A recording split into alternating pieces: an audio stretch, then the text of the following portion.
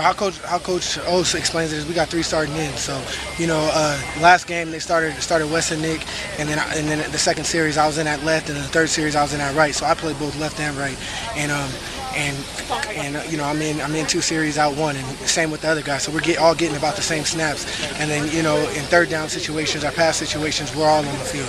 So we're all getting plenty of snaps and treated like starters. And this week I don't know if they're starting the game the same way or switching me into the lineup, but we're all getting the same snaps. It doesn't matter that much who starts the first series? Not really, because I'm in the second and third series, and then it's the same rotation throughout the whole game, so we're all getting the same snaps. I mean, it seemed like from an observer's perspective, you guys had 4 sacks, that this was kind of a better pass rush than you guys had last couple years. I mean, you're in kind of a different position, I guess, just because you were, as a freshman you weren't a starter, and then last year you played in a different position. Is this better than the last 2 years, do you think, so far? How you guys my freshman year I started the last 5 games and played in every game. But talking about season opener specifically, like at the start of a year.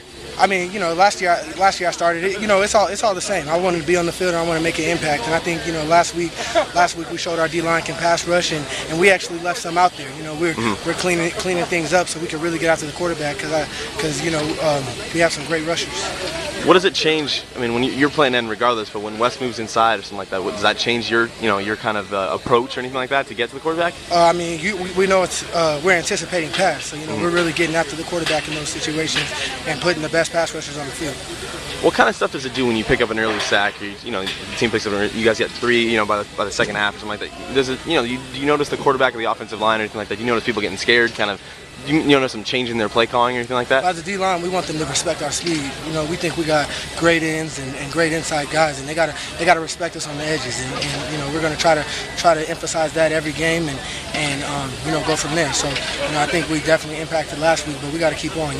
4 sacks, that was good, but we can do better. Is it about fear at all? Kind of like inspiring fear in their eyes, especially when you're facing a team like Minnesota or Utah, where the guys maybe are not used to facing athletes the caliber of you guys. I guess it's fear. We just want them to respect our game.